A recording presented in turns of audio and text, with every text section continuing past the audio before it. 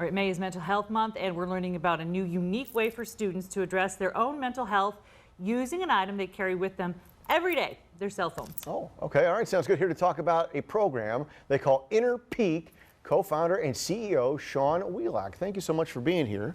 Okay, right out of the gate, I have a 15-year-old and 11-year-old. They're carrying the cell phones everywhere all the time. This sounds like a fantastic idea, and we hear a lot about student health crises. How does this help?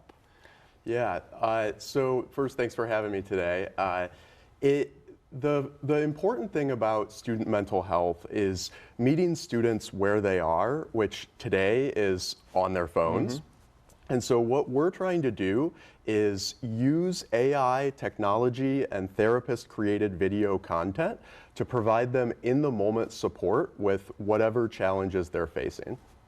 Okay, so what's it called? Is that called Inner Peak, or give us a little bit of an idea here and how you're using it at St. John's? Yes, so it's called Inner Peak. It's a web and mobile application. We partner with schools to provide it to their students, and students will download the app, create an account, and then they can chat with it anytime they're having any challenge or need someone to talk to. We have 14 different digital personas on the app. They're AI coaches, and so they act as kind of like interactive journals for the students. And then those will recommend therapist-created videos from our team of a dozen licensed therapists. Wow, so apps, there's a million apps out there. I mean, you lose it. Some are great, some are how do you make sure this app is what is exactly needed? Yeah, so my background, I've worked at 4 different mental health or wellness startups. I'm in this field because of my own personal experience, and so it's a big passion for me. And so I saw what all the different problems, solutions, and gaps are, and I created Inner Peak to fill those gaps. There are things that provide personalized and effective care, like therapy and coaching. But that's really expensive, and what I always say is my anxiety never conveniently peaks at 10 a.m. on Tuesday when my therapy session is. And so you need other resources for those times when a therapist isn't available. Usually those resources aren't personalized. They're just static video libraries. And so we wanted to use AI to better personalize some of that content. And so we built our own content library led by a professor at Stanford Medical School, an Emmy award-winning content producer, and these dozen licensed therapists. How do you make sure this is safe? So this is the other thing. So I'm assuming the student is interacting with their phone and perhaps sharing things that are personal. How do you make sure that that isn't on Snapchat or isn't on, how safe is it? Yeah. It's extremely safe. So that's part of why we created it the way that we did. There are a lot of concerns around using AI because AI can sometimes hallucinate and tell people things that just aren't true. And that's why we created it as a combination of the AI and the therapist-created content.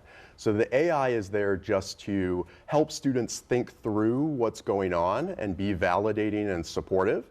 But when it comes time to actually make a recommendation, that comes in the form of these expert therapist-created videos. So you always know what is being recommended to the students.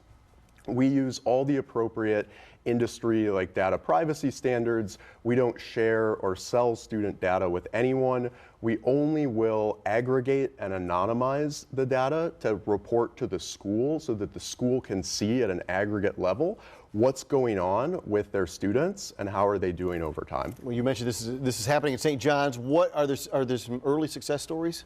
Yeah, we're working with St. John's, have been working with St. John's this entire year, and we've seen some incredible initial student usage of the app and some initial results as well. So 90% of students at St. John's downloaded the app and created an account, even though it was a totally voluntary thing for them to do. 60% had some sort of conversation with the coach, and a quarter of them continued using it for multiple weeks over time. 70% of the students say that they feel better after just a couple minutes of interacting with Inner Peak, And that has resulted in a 10% increase in student scores on a clinically validated mental well-being scale called the Warwick-Edinburgh scale. Wow. Well, and the long-term thing would be to get them kind of more comfortable with the need for therapy and the benefits of therapy. So, you know, Yeah. especially young. Excellent. Exactly. And what we're really trying to do is flip the script and turn mental health from a reactive thing to try to deal with crises in the moment to a preventative, proactive thing of how can we give students the tools, the resilience and coping skills to handle whatever life throws at them. Excellent. Awesome. Good Thanks stuff. so Thank you much. so much. Appreciate you. All right, back with more after the break.